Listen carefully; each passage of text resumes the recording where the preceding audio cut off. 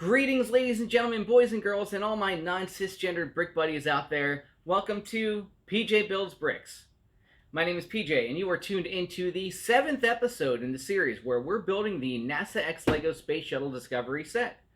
So, we've reached the halfway point in this series. Alright. Woo! As a way of celebrating the halfway point, I'm running a special 2-for-1 deal. That's right, we're building 2 LEGO bags in this set instead of the usual 1. And you out there thought the Kmart's Blue Light was special with something big. Nah. Anyway, before we get into bags 8 and 9, why don't we take a second and recap here what we built in the previous episodes. You know, in the unlikely event that you haven't watched them, but, you know, if you haven't, please promise me that after this video you go back and do so. Cool? Alright, awesome. So, here we are. We've completed the Hubble telescope right here in bags 1, 2, and 3. Now, over here is what we've completed so far for the Space Shuttle Discovery. We've got the belly of the Space Shuttle, the wing leading edges. We got some landing gear going on under here. We've got a setup for the flaps back here. So, you know, pretty much the base of the shuttle has been completed. Now, bags 8 and 9 are going to be the bottom of the payload bay and the top heat shield tiles for the wings. So you're going to see a little bit of build here, and we're going to finish up these wings with the white tiles there. For those of you who like to keep score at home, bag number 8 has 33 steps and 108 pieces, and bag number 9 has a whopping 6 steps and 70 whole pieces. So you can kind of understand why I'm doing 2 bags in this video instead of 1. Switching it up this week a little bit, I got a nice herbal peach tea from Tivana because I have a little bit of a throat thing going on, so, you know, a little bit of tea down the throat. Cheers to you all. Speaking of which, I got a couple questions about the mugs. For instance, why do I always drink the Kraken and Coke out of a mug? Well, you see, the reason is not what you'd think. You know, it's...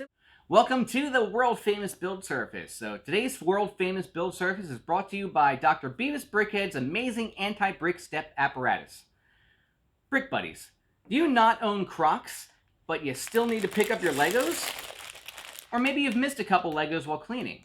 Well, I mean, we've all experienced the pain, the agony, and even the scare and startlement of stepping on a single brick, especially in the dark. You know, you've all done the dance. Well, that's where Dr. Beavis Brickhead's amazing anti-brick step apparatus comes in. Now, my friends, this here is a life-changing device. It's just a small attachment that wraps around your ankle. You know, you viewers from Florida will know what I'm talking about there. And it senses that when you're about to step on a brick. So when it senses a brick nearby, what it's going to do is emit an ear-piercing alarm that will instantly paralyze you and cause you to fall harmlessly on the floor. That is a terrible idea. You could, like, fall and hit your head on a table or a vase or a cat or something. I mean, God, man, I swear the things I do for taco money. Anyway, that's Dr. Beavis Brickhead's amazing anti-brick step apparatus. Available now in stores or on their website for 4 easy payments of $109.95. What? That's like $450 bucks. Who's gonna pay that much? Never mind. Let's just get to work.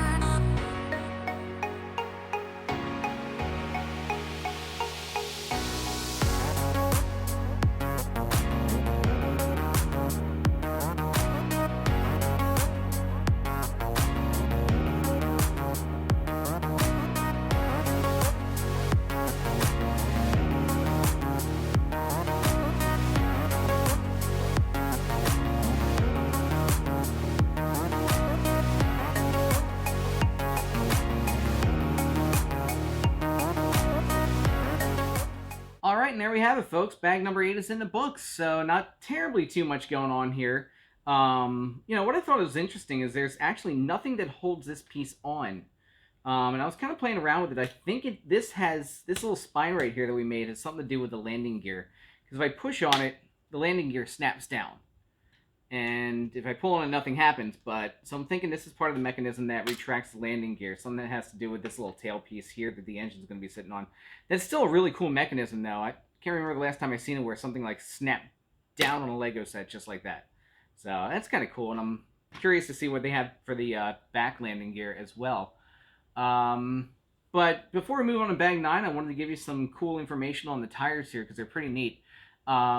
These tires aren't just your standard Goodyear tires that you got in your car. They're actually Michelin. No, I'm not kidding about that one either. Michelin was well known for making aircraft tires and was one of the first companies to put nitrogen in their tires instead of air. So this made them lighter. And as you probably know, the weight on the space shuttle is a premium. So, I can forget about that all-you-can-eat taco buffet before I climb into the cockpit there. So there's 6 tires on the space shuttle. They each weigh about 205 pounds. They have an outside diameter of 44.9 inches and a width of about 16 inches. Those crazy rims on the space shuttle there are 21 inches. Tragically, they're not little spinners with the NASA logo. That'd be amazing. I'd love to see that. So the tires they run at 340 psi for the rear wheels back here. And the front landing gear tires run at 300 psi. And the tires are rated for a max speed of 259 miles an hour, which I bring that up for a reason. So when the space shuttle hits the atmosphere on reentry, it's going 17,500 miles per hour, so roughly 22 times the speed of sound, so it is coming in hot. No pun intended there. But when it lands, it slows down to somewhere between 215 and 250 miles per hour. Now, it's crazy because 250 miles an hour, they're rated for 259 miles an hour at its max speed on landing and only leaves 9 miles an hour to play around with before the tires exceed their speed rating. So it's kind of scary. Just in comparison, the Airbus A380, which is the largest passenger aircraft right now at the time of filming, lands at about 160 miles an hour.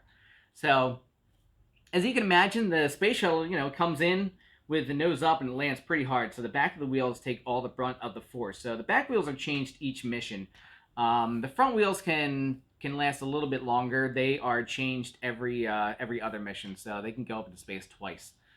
But, knowing NASA, these things aren't cheap, so good on them for replacing them every time they needed. So I hope you enjoyed those facts right there. I'm kind of trusting you didn't tire. I definitely promise all these facts are wheel, though.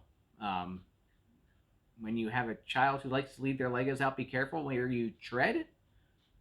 No? All right, now that everybody's tuned out, on to bag number 9.